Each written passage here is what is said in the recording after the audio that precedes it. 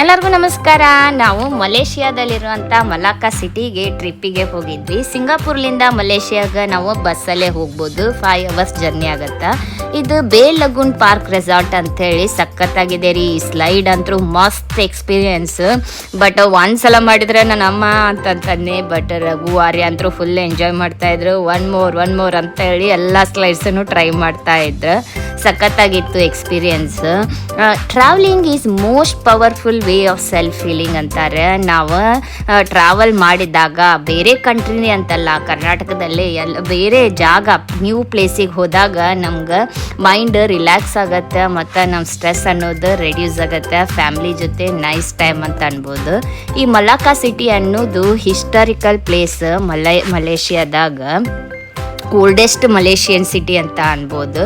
ಎಲ್ಲರೂ ಸೇರಿ ಫೋಟೋಸ್ನ ತೆಗೆಸ್ಕೊಂಡು ರೀಲ್ಸ್ ಮಾಡಿ ಬರೋದ್ರಲ್ಲಿ next day full heavy rain ಬರ್ತಾ ಇದೆ ಅಂತೇಳಿ ಅಲ್ಲೇ ಇರುವಂಥ ಮ್ಯೂಸಿಯಮ್ಗೆ ಹೋದ್ವಿ. ಚಾಂಗ್-ಹೋ ಕಲ್ಚರಲ್ ಮ್ಯೂಸಿಯಮ್. ಚಾಂಗ್-ಹೋ ಅನ್ನೋವ ಇದು ಶಿಪ್ಪನ್ನೆಲ್ಲ ಕಂಡು ಹಿಡ್ದಿದ್ದ. ಅದಕ್ಕೆ ನಮ್ಮ ರಘುಗೆ ಫುಲ್ ಇಂಟ್ರೆಸ್ಟ್ ನೋಡ್ತಾ ಇದ್ರು. ಅದಾದಮೇಲೆ ಮಲೇಷಿಯಾದ ಜಾಂಕಾ ಸ್ಟ್ರೀಟಲ್ಲಿ ನಾವು ಒಂದು ಪೋಸ್ ಕೊಟ್ಟು ಫೋಟೋಸನ್ನ ತೆಗೆಸ್ಕೊಂಡ್ವಿ.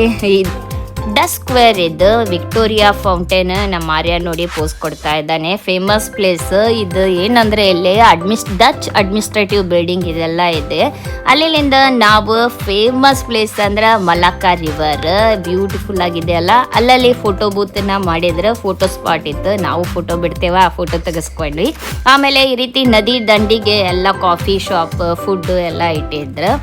ನಾವು ಎಲ್ಲ ಫೋಟೋಸ್ ತೆಗೆಸ್ಕೊಂಡು ವಾಕ್ ಮಾಡಿದ್ವಿ. ಆಮೇಲೆ ಈವ್ನಿಂಗಿಗೆ ವೇಟ್ ಮಾಡ್ತಾ ಇದ್ವಿ. ಕ್ರೂಸ್ ಹೋಗಿ ನೋಡ್ಬೋದು, ಲೈಟ್ಸ್ ಎಲ್ಲ ಹಾಕಿದ್ಮೇಲೆ ಚೆನ್ನಾಗಿರುತ್ತೆ ಅಂತ. ಬಟ್ ಹೆವಿ ರೇನ್ ಬಂದಿರ್ಲಿಂದ ಅವತ್ತ ಕ್ರೂಸ್ ಇರಲಿಲ್ಲ. ಸ್ವಲ್ಪ ಬೇಜಾರಾತ.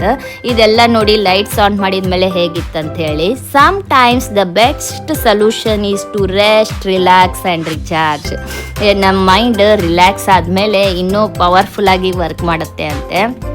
ಅಲ್ಲಿಂದ ನೋಡಿ ಇದು ಜಾಂಕಾ ಸ್ಟ್ರೀಟ್ ಮಾರ್ನಿಂಗ್ ಹಿಂಗಿತ್ತು. ನೈಟು ಎಷ್ಟೊಂದು ಶಾಪ್ಸ್ ಇದ್ದು ಅಂದರೆ ಫುಲ್ ಲೈನಾಗ ಶಾಪ್ಸ್ ಇದ್ದು. ಸಖತ್ತಾಗಿದೆ ಜಾಂಕಾ ಸ್ಟ್ರೀಟ್ ಅಂತೂ. ವೀಕೆಂಡ್ ಮಾತ್ರ